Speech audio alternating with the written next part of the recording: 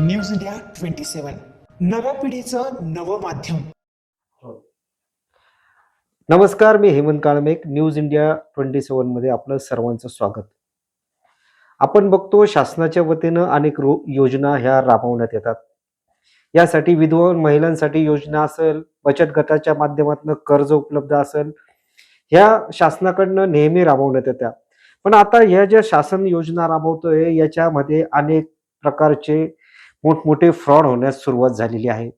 असाच काहीसा प्रकार नाशिकमध्ये घडला आहे. रोही पठाण आपल्या सोबत आहे. त्यांच्या सोबत सुद्धा अशी घटना घडलेली आहे. त्यांच्याकडे जवळजवळ 400 महिलांचा बचत गट होता. त्यात त्यांनी जे 400 महिला गोळा केल्या होत्या त्यांची फसवणूक करण्यात आलेली आहे.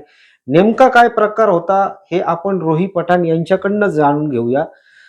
मॅडम, तुमच्याकडे महिला बचत गट तुम्ही चालवत होत्या. ह्या 400 महिला तुमच्याकडे आल्या. कशा पद्धतीने तुमची फसवणूक झालेली आहे? तुम्हाला कोण भेटलं? कशा पद्धतीने फसवणूक करण्यात आली? काय सांगाल तुम्ही याच्याबद्दल? मेरा पार्लर है खोड़े नगर में, एक्चुअली था, अभी बंद किया मैंने। तो पार्लर में जो गट भी चलते थे और मेरी क्लासेस भी चलती थी। अब नीलोफर और नगमा का मेरे पास लोन चल रहा था। नीलोफर को उसने लेकर आई और बताई कि ऐसी ऐसी स्कीम है मेरे पास विधवा महिलाओं के लिए, तो तुम पर लेडीज मुझे 1000 रुपये फीस लगेंगी और आधार कार्ड और मृत्यु दाखिले का जेरॉक्स जमा करो। तो मैंने बोली ठीक है मैम। उसके बाद वो चली गई। फिर मैंने ज्यादा ध्यान नहीं दी। 3 दिन के बाद फिर से आई और बोले क्या सोची ये बारे में, मैं 50,000 रुपए निकाल के दूंगी लेडीज के। तो मैं बोली ठीक है। मैंने स्टेटस लगाई। यानी वो 50,000 का कर्ज उनको देने दे वाली रही थी, बिजनेस के लिए और दे रही थी। उसके बदले में 1000 रुपए फीस ले रही थी। फीस ले रही थी। तो मैंने वैसे स्टेटस लगाई, तो मेरी पहचान होने की वजह से कंटिन्यू लेडीज आते गए।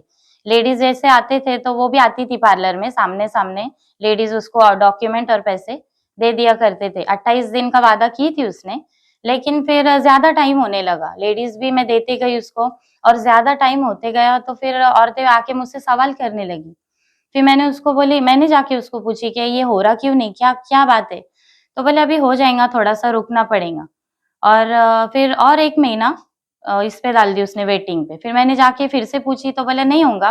दोनों आपस में लड़ने लगे, नगमा और नीलोफर। बोले अभी नहीं हो रहा, बोले कोई ये बोलती इसने पैसे खा ली, ये बोलती इसने पैसे खा ली। ये जो नीलोफर है उसका कोई पॉलिटिकल बैकग्राउंड है क्या? हाँ, समाजवादी पार्टी में महिला अध्यक्ष है ना वो। अच्छा। मेरे बाजू में ही, मतलब उनके ऑफिस के बाजू में एक्चुअली मेरा पार्लर था और वो कंटिन्यू आते तो ही आपने थे। कितनी महिलाओं को पेमेंट आपका उनके पास जमा था? 400 लेडीज का, विधवा महिला जो है 400 लेडीज का उनको उन्होंने लेकर गए थे मेरे पार्लर से आके, और एक 3 लाख रुपए लोन करवा के दूंगी बोले थे।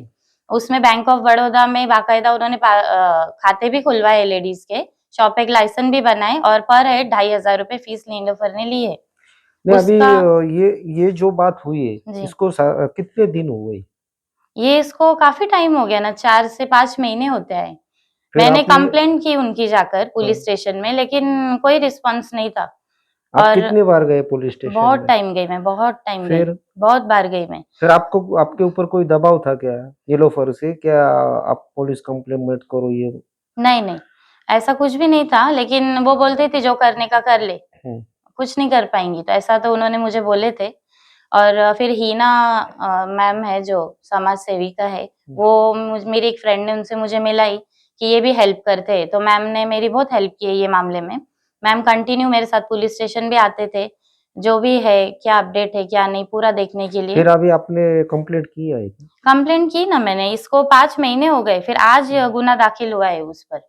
आज हुआ? हाँ। और ये कंप्लेंट करने में आपकी किसने सहायता की? हिना मैम ने मुझे फरांदे मैडम के पास भी लेकर गए थे, तो फरांदे मैडम को मैंने बाकायदा सारे प्रूफ बताई कि मैम ऐसे ऐसे किए हैं। मेरे पास बहुत सारी वीडियोस है, जब वो पार्लर में आती थी, मीटिंग लेती थी, बाकायदा लेडीज उसको डॉक्यूमेंट और पैसे भी दे रही है, और बहुत सारे वॉइस है उसके। मैंने ऑनलाइन भी काफी पैसे मारे हैं उसको, जिससे मैम को ऐसा लगा कि हाँ ठीक है ये सही है करके। कुछ लेडीज भी लेकर गई थी मैंने, विधवा महिला उधर, वो लेडीज भी बोलने लगे कि मैम उसने वादा करी पर हमारा काम नहीं करके भी। तो फरांदे मैडम ने भी बहुत ज्यादा हेल्प की है इसके अंदर। अभी पुलिस स्टेशन में आपने जो कंप्लेंट की है वो नीलोफर जो है उनको बुलाया था वहां पर पुलिस स्टेशन में? नहीं, आज तो नहीं बुलाए उनको। अच्छा आज एफआईआर के लिए मेरी सिग्नेचर वगैरह ले लिए, फिर हम लोग निकल गए वहां से। अच्छा।